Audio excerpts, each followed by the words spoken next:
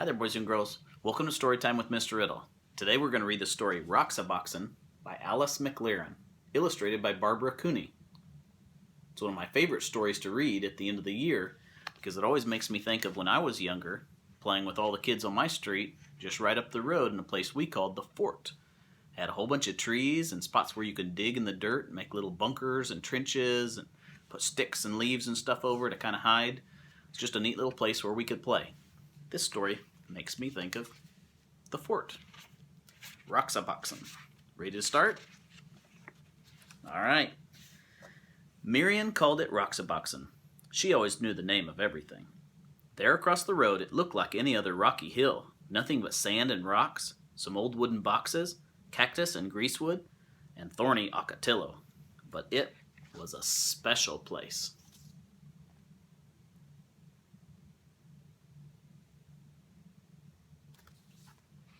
The street between Roxaboxen and the houses curved like a river, so Marian named it River Road.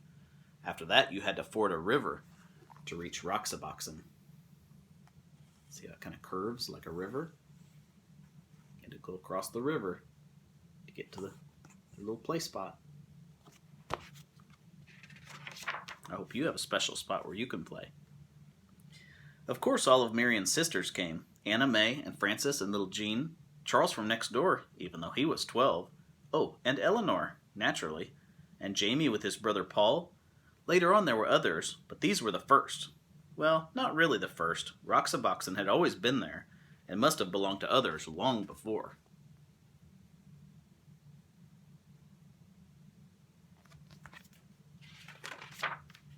When Marian dug up a tin box filled with round black pebbles, everyone knew what it was. It was buried treasure.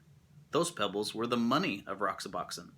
You could still find others like them if you looked hard enough, so some days became treasure hunting days with everyone trying to find that special kind.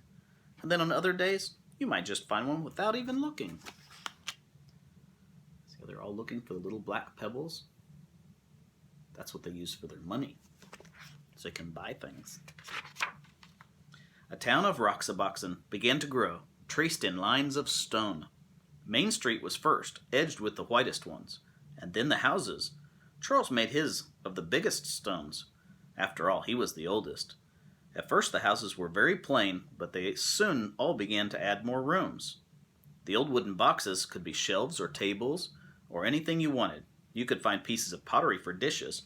Round ones were best. See how they're using the rocks, the stones? The whitest ones were for Main Street. And here's Charles with the biggest stones for his house. See how it makes the walls? And he has a little room inside. And that box could be a table. They all have little houses and rooms.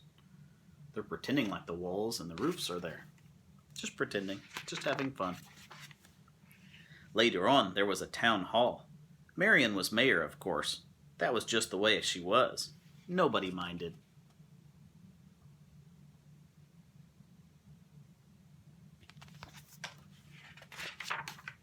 After a while, they added other streets.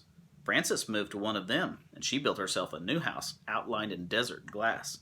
Bits of amber, amethyst, and sea green, a house of jewels. See the glass she found instead of rocks? Be careful, glass can cut you. But I do like how she wrote the word welcome with little stones. Welcome to her house. And because everybody had plenty of money, there were plenty of shops. Jean helped Anna May in the bakery. Pies and cakes and bread baked warm in the sun. There were 2 ice cream parlors. Was Paul's ice cream the best or Eleanor's? Everybody kept trying them both. In Roxaboxen, you can eat all the ice cream you want. There's the bakery with 2 ice cream shops. Goodbye, ice cream. Or bread.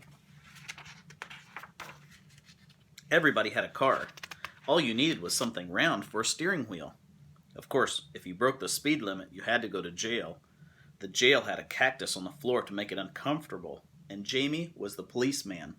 Anna May, quiet little Anna May, was always speeding. You'd think she liked to go to jail. See the cactus down here? Can't go too fast when you're driving, so they just have something round as the steering wheel. But if you had a horse, you could go as fast as the wind. There were no speed limits for horses, and you didn't have to stay on the roads. All you needed for a horse was a stick and some kind of bridle, and then you could gallop anywhere.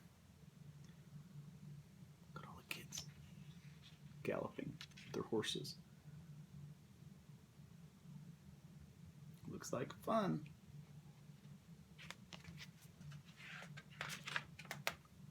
Sometimes there were wars. Once there was a great war, boys against girls. Charles and Marion were the generals. The girls had Fort Irene, and they were all Girl Scouts. The boys made a fort on the other end of Roxaboxen, and they were all bandits. Oh, the raids were fierce, loud with whooping and a stamping of horses. The whirling swords of Ocotillo had sharp thorns, but when you reached your fort, you were safe. See him chasing that little girl. She better hurry. I don't think they would really hurt her. They're just playing, pretending. Roxaboxen had a cemetery in case anyone died, but the only grave in it was for a dead lizard. Each year when the cactus bloomed, they decorated the grave with flowers. It says lizard.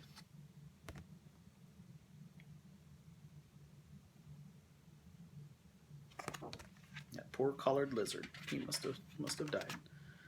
Sometimes in the winter, when everybody was at school and the weather was bad, no one went to Roxaboxen at all, not for weeks and weeks. But it didn't matter. Roxaboxen was always waiting.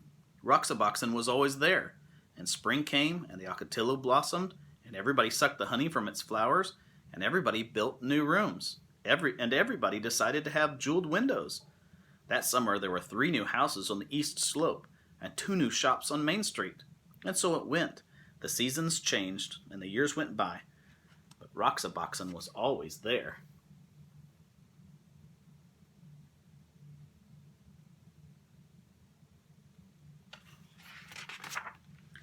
The years went by, and the seasons changed, until at last the friends had all grown tall.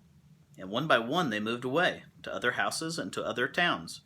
So you might think that that was the end of Roxaboxen, but oh no. Because none of them ever forgot Roxaboxen. Not one of them ever forgot. Years later, Marion's children listened to stories of that place and fell asleep dreaming dreams of Roxaboxen. Gray-haired Charles picked up a black pebble on the beach and stood holding it, remembering Roxaboxen. More than 50 years later, Frances went back, and Roxaboxen was still there. She could see the white stones bordering Main Street, and there, where she had built her house, the desert glass still glowed, amethyst, amber, and sea green. There she is. When she was all grown up, she went back to look. Roxaboxen was still there, where they used to play. This is actually a real story, boys and girls, about a lady who used to play at Roxaboxen, and they made it into a book. I hope you have a special spot where you get to play, and I hope you get to have fun playing with all of your friends. Remember to get along and use your words, okay? No fussing and fighting and getting upset. You got to play nice with your friends. Take care. I'll see you tomorrow. Bye-bye.